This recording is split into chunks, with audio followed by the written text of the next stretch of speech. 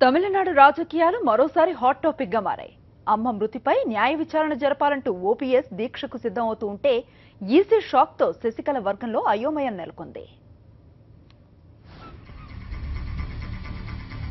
శశికళను వెంటాడుతున్న పన్నీర్ సెల్వం అమ్మ మృతిపై 8న చెంగల్పట్టులో నిరాహార దీక్ష.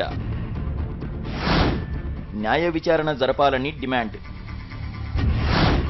సెల్వం దీక్ష ప్రకటనతో అయోమయంలో శశికళ వర్గం.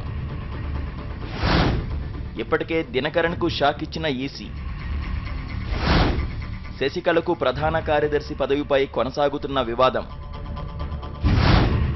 ఈ నెల 10లోగా వివరణ ఇవ్వాలని ఈసీ ఆదేశం. విముఖ వ్యూహంతో దూసుకెళ్తున్న పన్నీర్ సెల్వం. తమిళనాడు మాజీ ముఖ్యమంత్రి పన్నీర్ సెల్వం వ్యూహాత్మకంగా అడుగులేస్తున్నారు. సీఎం పదవి విషయంలో శశికళకు అడ్డం తిరిగిన సెల్వం అదే ఊపుతో ప్రజల్లోకి వెళ్లేందుకు సిద్ధమవుతున్నారు.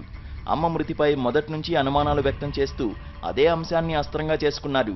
గతంలో మీడియా ముందు 1-2 సార్లు మాట్లాడి న్యాయ విచారణకు డిమాండ్ చేశారు. అయినా ప్రభుత్వంలో కదలిక లేకపోవడంతో ప్రత్యక్ష ఆందోళనకు దిగుతున్నారు. చెంగల్పట్టు వేదికగా ఈ నెల 8న నిరాహార దీక్షకు సిద్ధమవుతున్నారు పన్నీర్ సెల్వం.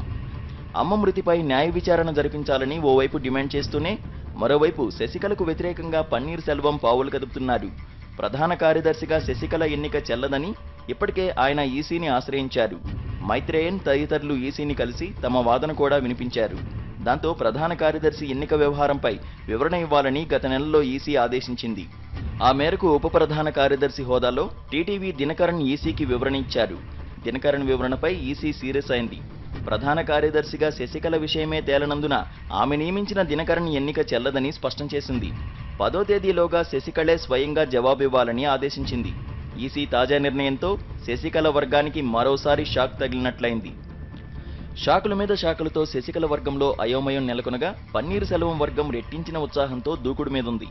ప్రధాన కార్యదర్శి విషయంలోనూ శశికళకు చొక్కెదురవుతుందని ఓపీఎస్ వర్గం ధీమాతో ఉంది.